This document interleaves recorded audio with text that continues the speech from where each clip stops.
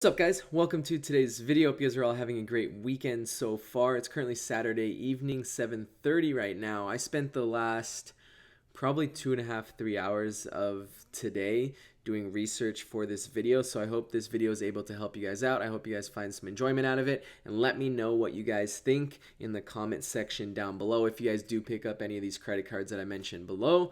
My last video on credit cards, it was like my top free credit cards of 2021, and every single credit card in that video was $0 annual fee, and that got a lot of really good feedback. I think it's one of my top 5 most viewed videos if I remember correctly. So today's video is going to be a little bit different. It's going to be my top 4 because I've done if finding a 5th one was just so difficult for me. So I have top 4 credit cards under $100 annual fees. I'm going to break down absolutely everything for you guys in terms of what your break-even point's going to be. Is it worth you to buy this or to have this $95 or under $100 annual fee? Most of these are $95. That's why I said that. Is it worth it for you? Do you spend enough on this credit card? Will you spend enough on this credit card to make that $95 or $100 annual fee worth it to you? I'm going to talk about some of the best benefits and perks to each and every one of these. Obviously, the best sign-up bonuses right now. There's some sign-up bonuses that blew me away. I can't even believe it still. Some of these cards have to offer right now. And then kind of what card just in general is going to be best for specific things, like what's going to be the best travel card, what's going to be the best all-around card, what's going to be the best grocery shopping card. All that kind of stuff I'm going to cover right now. So pause the video. I would appreciate if you guys dropped a like, any comments down below, let me know. Every single credit card I talk about in this video will have a link down below as well. And that's pretty much it. I am a licensed real estate agent here in Arizona. That's what I do full time. If you guys are looking for real estate in the Arizona area, be sure to email me down below. My hair is bugging me, so we're actually going to throw on a hat for the remainder of this video here. So the first credit card that I chose is a Chase card. This is by far the best sign-up bonus, I would say, from a cash on cash return, like return on your spend, because it's directly giving you cash back. Some of these other cards that I'm going to talk about have a higher return on your spend, but it's specifically like with points, airline points, hotel points. But this is, if you spend $4,000, you can get $1,000 cash back, which I think is great. So we're going to start off with the Chase Sapphire Preferred card. They have multiple tiers for this card. They have a free one, which is what I have right now. They have this one, which is a $95 annual fee. And then they also have the Chase Sapphire Reserve, which I believe is upwards. I believe it's above $500 right now. But obviously, if you spend a lot or if you do specific things with these credit cards, it can be worth spending that $500-$600 annual fee if you utilize every single perk that they have to offer. But I like the Chase Sapphire Preferred card. I think you can get way more than a $95 value out of it each and every year. So we're going to break it down really quickly. I have 3 different categories right here. We have the sign-up bonus, which is one of my favorite categories I always look for. We have the perks, just the overall yearly perks of this card, the benefits of it, not just cash back and points back, but it also has other benefits to it, which we'll talk about right here. And then best for what this specific card's best going to be used for, utilized for. So the sign up bonus here, I already talked about this briefly, is $1,000 cash for spending $4,000 within 3 months. Now, if you guys don't usually spend that much money in 3 months, that's like $1,300 a month on this credit card. It's not that hard to do if you are spending money or you have a family. If you aren't normally spending $4,000, I would wait to have some sort of big renovation, like a house renovation, some sort of big expense, so you can land this credit card on those specific months where you're going to spend a lot more. Otherwise, I wouldn't purposely spend money just to get this sign-up bonus. I would either wait it out, or if you obviously spend more than $1,333 a month, then this card is going to be a great sign-up bonus for you. Now, another cool thing about this Chase Sapphire Reserve bonus is if you use their Chase rewards or you use their benefits through Chase rewards, it's technically like $1,250 cash back, but you have to use it and it has to be redeemed through the Chase rewards. So essentially with this it's 1 cent per $1 spent. This is 1.25 cents per dollar spent if you utilize it through their portal, through travel credit, through Chase rewards. So if you guys are going to be flying, staying at a hotel, this may be a really good sign-up bonus to utilize that $1,250 worth of rewards. But if you guys are like me, I just like to have the straight cash. I don't like to use their portal. At least I haven't yet. I've heard great things about the Chase portal, but I just haven't been able to utilize it yet. You can get straight $1,000 cash. So the return on your spend, this is how a good way I calculate sign-up bonuses is you're getting $1,000 for spending $4,000, which is a 25% return on your spend. This is a very, very important note here to compare credit cards.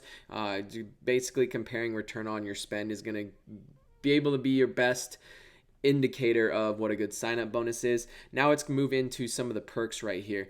2 points back on dining and delivery. So 1 point, like I said earlier, is 1 cent, or if you utilize it through the Chase rewards, it's 1.25 cents on every point. So keep that in mind later on. And then you get 1 point on all other purchases. This isn't anything crazy. Like if 2 points on dining and delivery, it's obviously going to be good if you go dining a lot, but I've seen better cards. So if you're specifically trying to sign up for this card because of the dining and delivery, I would go elsewhere with the Capital One Saver card. I think has a really good cash back, almost 4% cash back on dining. So that can be a really good option for you. And then you just get 1% or 1 point essentially on all of the purchases. So the perks here aren't insane, but I really like the sign-up bonus. That's why it's one of my favorites, and you can definitely utilize enough points and cash back here to make up for that $95 annual fee, which is what I'm going to talk about right here. Along with this, you get a Dash Pass for free. I never used DoorDash in my life before, any sort of food delivery system, so I actually had to look this up myself. But a Dash Pass is basically you get free delivery for any DoorDash orders over $12. Basically $120 value a year, and right there, that takes out that $95 annual fee. So if you're big on DoorDash, this can be a really, really good card for you. On top of that, it's $120 for the subscription, but you're also saving money from getting free delivery. So this can be stretched even further if you guys really do utilize DoorDash. I don't use it, so I mean, it's nice. I don't think I would use it anyways because it only really works if you guys are already using DoorDash because you're basically getting free delivery. It's not like a credit towards DoorDash where you can start using it because you're getting credit towards it. And then travel protection. This is with all Chase cards, I believe. Really, really good perks here. Auto collision waiver, meaning you don't have to get insurance on a rental car. They will cover it. And this card is going to be best utilized for dining and food delivery, obviously, because of that DoorDash pass and stuff like that. So I like it because of the sign-up bonus. Not the best perks out of these credit cards I'm going to talk about. We are moving on quickly to the next one, which I really like this one too. If I were to choose between these two credit cards I just talked about, I would probably get a little bit more benefit out of this one right here just because of the way I spend my money, but the sign-up bonus isn't anywhere near the Chase Sapphire preferred card. So if you're chasing sign-up bonuses, 100% go for the preferred card. If you're chasing perks and the yearly benefits, I would go after the AMEX Blue Cash preferred card. There is another tier option on this. There is the Chase Blue Cash card, I believe it is, which I really like. That's the 0 annual fee card. Really, really great perks here. This is kind of just a step up from it, but it has an annual fee, obviously. You can easily make up for this annual fee if you do grocery shopping or you benefit from any of these down here.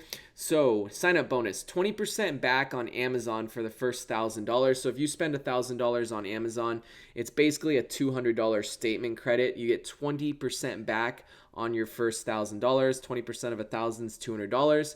And you get also on top of that, you get $200 statement credit after spending $3,000 within 6 months. So essentially, you have to spend $4,000 to get all $400 back. And this is statement credit. You can't get cash back. Essentially, it's the same thing if you're planning on using that cash that you get to pay down your credit card anyways. But I do want to let you know it is statement credit here. So return on your spend is 10%, pretty mediocre. If anything, I'd say below average at this time for some of these awesome perks that these other cards are giving you. You get $400 for spending $4,000, 10% return. Perks, this is where it really comes into play here. 6% cash back at supermarkets up to $6,000 a year. Now, 6% of $6,000 is $360 bonus, but a lot of these other cards have percent back anyway, so that's the reason why I only have it as like $180 because I can go find another credit card that has 3%. So technically, I should have put $360 bonus, but I have $180, so that's kind of an error on my part. So just Now that I think about it more, this should be a $360 bonus. So yeah, that right there, if you're spending $6,000 a year, which is what, $500 a month in groceries, this will easily make up for that $95 annual fee. Now, I do believe their zero annual fee blue cash card is like 3% cash back on the first 6,000. I have to research that. So that can be another option if you do spend that much money, but you don't want to have that $95 fee. 6% cash back on all streaming services as well. So if you're big, I looked at their streaming services and it's pretty much covers everything in the US. YouTube TV, Fubo, Netflix, Amazon Prime, pretty much anything you can name, Sling, all that kind of stuff is that 6% cash back on streaming services. Hulu. So this can be really good perk if you guys use that. I don't have any streaming services in my name, so it wouldn't be too beneficial. 3% on gas stations and rideshare, another great perk, and then 1% on all other purchases. This blue cash card would be a card that I would hold on to indefinitely.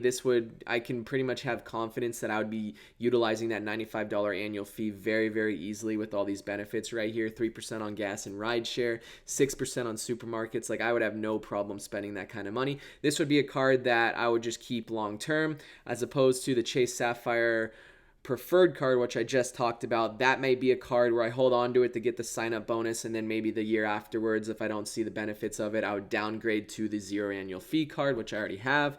This is going to be best for obviously grocery shopping and streaming services. We are now going to move on to some of the more controversial cards, and the reason why I say that is because I'm talking like hotel and airline cards now are going to be the next two, and it's pretty much relative to what preference you guys have. Like, the Mariott Bonvoy Boundless card is directly compared to the Hilton card, so I think there was a tough time choosing between the two, but I'm going to explain why I chose the Mariott card. So obviously, if you have more Hiltons around you or you travel to areas that have more Hiltons, the Marriott's not going to be beneficial. But the sign-up bonus here is really, really good, and I think it beats out the Hilton one, so that's why I actually gave this one the slight edge. This is the Mariott Bonvoy Boundless, another $95 annual fee card here. The sign-up bonus is great. You get 3 free nights up to 50,000 points a stay. I did a little bit of research on what 50,000 points gets you, and it actually it pretty much opens up a lot of doors. There's not much above 50,000 points, at least when I was looking. I clicked on a random date in July, and quite a bit were in the $20,000 to $30,000 or 20 to 30,000 point range. So you shouldn't have a problem getting what you want with these 3 free nights, unless you're trying to book out holidays, which they may have blackout dates anyways. But just food for thought here. I have this as $450 to $750 value because points don't directly relate to dollar amounts.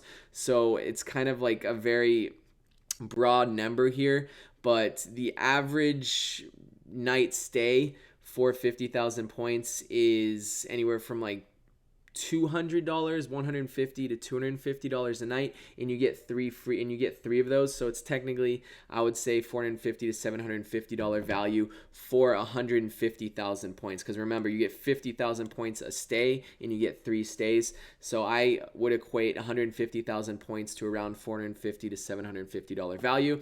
But you do have to spend $3,000 in 3 months. $1,000 a month shouldn't be too bad. You get 10x points up to $2,500 for the first 6 months. So that's $75 value, I would say. Overall is a pretty good value, 23% return on your spend right here. Now, this isn't directly cash back. It's basically return on your spend is basically you spending money to get free night stays. If you are already going to stay at hotels or Marriotts anyways throughout the year, this could be a really good sign-up bonus for you. But if you don't stay in hotels a lot and you're kind of just buying this to get those stays and you're almost forcing yourself to stay at the Marriott, it may not be a good option. Perks here, free night stay every single year. That's a really big reason on why I like this over the Hilton. Hilton doesn't offer that. So you basically get 35,000 point stay once a year, which I equate to about $125 value every single year.